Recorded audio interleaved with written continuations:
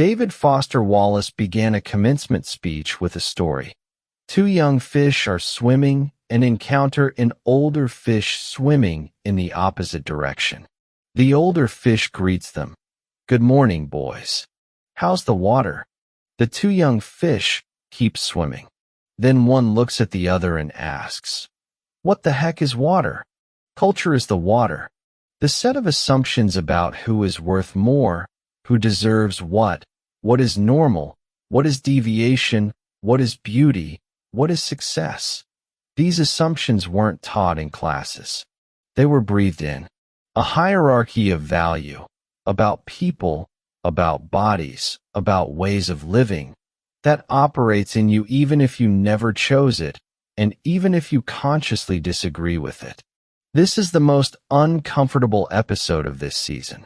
Not because the themes are new, they are, but because examining what culture has installed forces us to see both what we received and what we transmit, including what we transmit to those with less power than us. About who is more capable, more trustworthy, more deserving, that you recognize in yourself, and that came from culture, not from examination. You don't need to resolve it here. You need to see it. Culture doesn't install prejudices through explicit speeches. It installs them through repetition, absence, and normalization. Repetition. The patterns you see repeated in media, advertising, the books you've read, the movies you've watched, the people who were presented as authorities and models. Who appears in positions of power? Who appears in positions of vulnerability? Who tells stories, and who is the object of stories? Absence. What you haven't seen represented, and what the absence installed as impossibility. When you don't see people like you in certain roles, you absorb a message about what is possible for people like you, even if it's never said out loud. Normalization. What was treated as normal and what was treated as deviation, problem, exception. What needed explanation and what didn't. What had a name and what didn't. What had space in public conversation and what was silenced. These three mechanisms build what researchers call cultural implicit, a set of automatic associations that operate below explicit consciousness. Harvard's Project Implicit documented how these associations exist even in people who consciously reject the prejudices they encode. You are not what you consciously believe. You are also what was installed before consciousness had a voice. Cultural heritage is not the same for everyone. It depends on the position your group occupies in the cultural hierarchy, and that position installed different things in different people.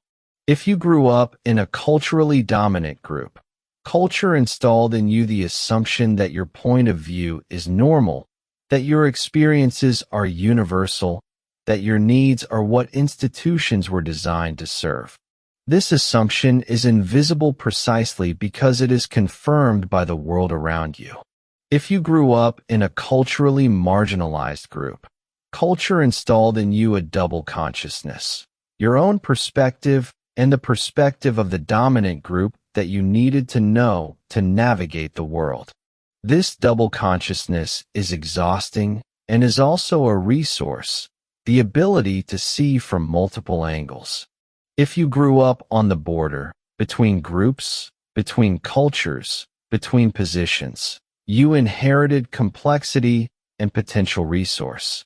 You also inherited a sense of not fully belonging anywhere. None of these positions is more virtuous than the others.